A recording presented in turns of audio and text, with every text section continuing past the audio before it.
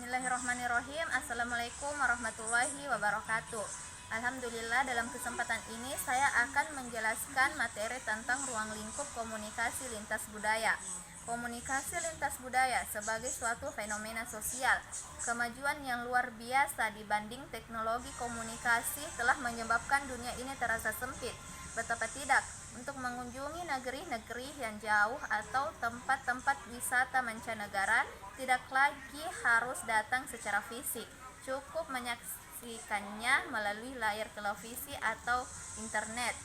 Pertemuan antara individu dengan latar belakang kebudayaan yang berlainan, perbedaan ekspektasi yang sering menimbulkan resiko, tumbuh rasa saling membutuhkan di seluruh dunia.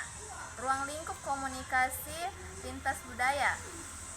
Ruang lingkup komunikasi lintas budaya dapat dirinci ke dalam 4 wilayah utama, yaitu mempelajari komunikasi antar budaya dengan pokok bahasan proses komunikasi antar pribadi dan komunikasi antar budaya, termasuk di dalamnya komunikasi di antara komunikator dan komunikasi yang berbeda kebudayaan, suku, bangsa, ras, dan etnis. Komunikasi lintas budaya dengan pokok bahasan perbandingan pola pada komunikasi antar pribadi lintas budaya. Ruang lingkup komunikasi antar budaya, komunikasi melalui media di antara komunikator dan komunikan yang berbeda kebudayaan namun menggunakan media. Mempelajari pertimbangan komunikasi massa, misalnya perbandingan sistem media massa antar budaya, perbandingan komunikasi massa, dampak media massa, tatanan informasi dunia baru. Warahmatullahi wabarakatuh. Perkenalkan, nama saya Tias Nurfalah, NIM 1917002, Prodi Tadris IPS.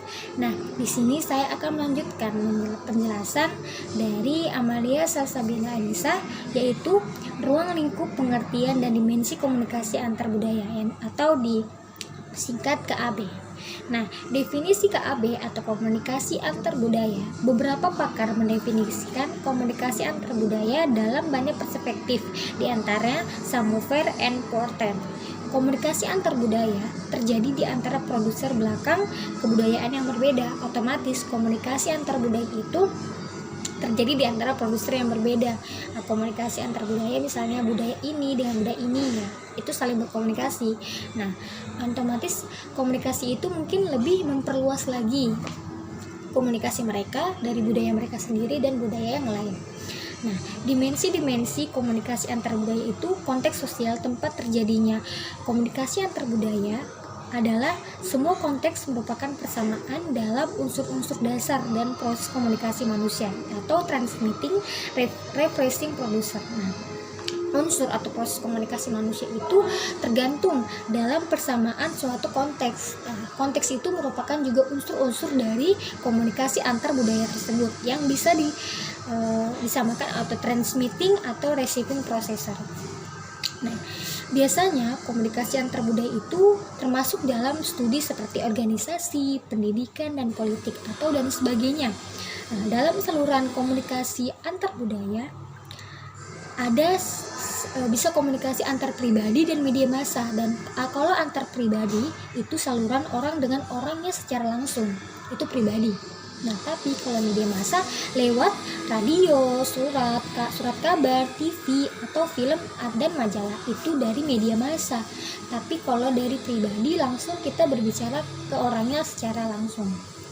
Nah, istilah-istilah dari komunikasi antar budaya berkaitan dengan komunikasi antar budaya adalah transracial communication. Orang-orang dalam latar belakang etnik atau ras yang berbeda dalam suatu situasi interaksi verbal. Nah, istilahnya ya otomatis dalam suatu etnik atau ras yang berbeda itu dapat bisa menimbulkan komunikasi antara satu dengan yang lainnya karena mereka bisa mengungkapkan komunikasi mereka, pendapat mereka dari komunikasi mereka itu dari beda-bedanya suku atau ras, itu yang membuat komunikasi antar budaya mereka lebih lebih mereka ketahui dan pahami. Nah, mungkin itu saja yang bisa saya jelaskan. Apabila banyak salah atau ada kekurangan, saya mohon maaf. Assalamualaikum warahmatullahi wabarakatuh. Assalamualaikum warahmatullahi wabarakatuh. Perkenalkan, nama saya Amalia Salsabila Anissa, NIM 19.17003, Prodi Tadris IPS. Di sini saya akan menjelaskan tentang pentingnya komunikasi antar budaya. Litvin merinci sekurang-kurangnya 12 alasan mengenai pentingnya mempelajari komunikasi antar budaya itu. Yang pertama, dunia sedang menyusut dan kapasitas untuk memahami keanekaragaman budaya sangat diperlukan. Yang kedua, semua budaya berfungsi dan penting bagi pengalaman anggota-anggota budaya tersebut meskipun nilai-nilainya berbeda. Yang ketiga, setiap individu atau budaya berhak menggunakan nilai-nilainya sendiri. Yang kelima, perbedaan-perbedaan individu itu penting, namun ada asumsi-asumsi dan pola-pola budaya mendasar yang berlaku. Yang kelima, pemahaman atas nilai-nilai budaya sendiri merupakan persyaratan untuk mengidentifikasi dan memahami nilai-nilai budaya lain. Yang keenam, dengan mengatasi hambatan-hambatan budaya untuk berhubungan dengan orang lain, kita memperoleh pemahaman dan penghargaan bagi kebutuhan, aspirasi, perasaan, dan masalah manusia.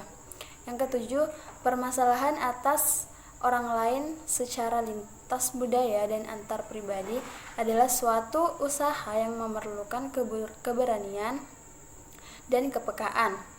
Semakin menanamkan pandangan dunia orang lain bagi pandangan dunia kita, semakin banyak yang harus kita pelajari dari dia, tetapi semakin berbahaya untuk memahaminya.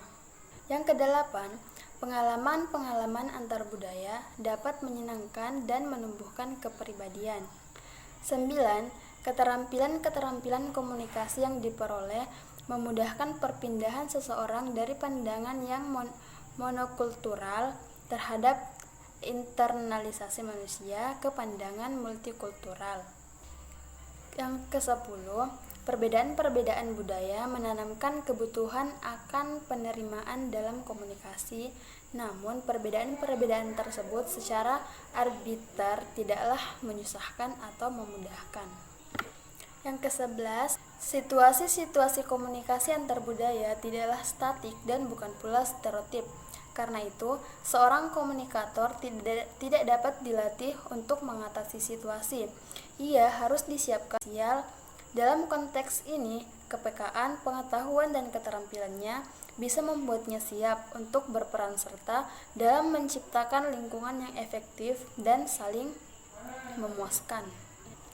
Yang terakhir adalah kesadaran internasional, yaitu mobilitas yang meningkat, teknologi komunikasi, dan teknologi transportasi yang modern. Kesadaran akan masalah-masalah dunia yang harus ditangani bersama. Kesadaran domestik, yaitu munculnya berbagai macam kelompok subbudaya yang menyimpang dari kebudayaan dominan masyarakat. Yang terakhir adalah kesadaran pribadi, keadaan dunia yang memaksa kita menjadi seseorang yang secara sosial maupun psikologis merupakan produk dari pertemuan dan pencampuran macam-macam kebudayaan. Sekian dari saya. Wabillahi taufiq wal hidayah. Wassalamualaikum warahmatullahi wabarakatuh.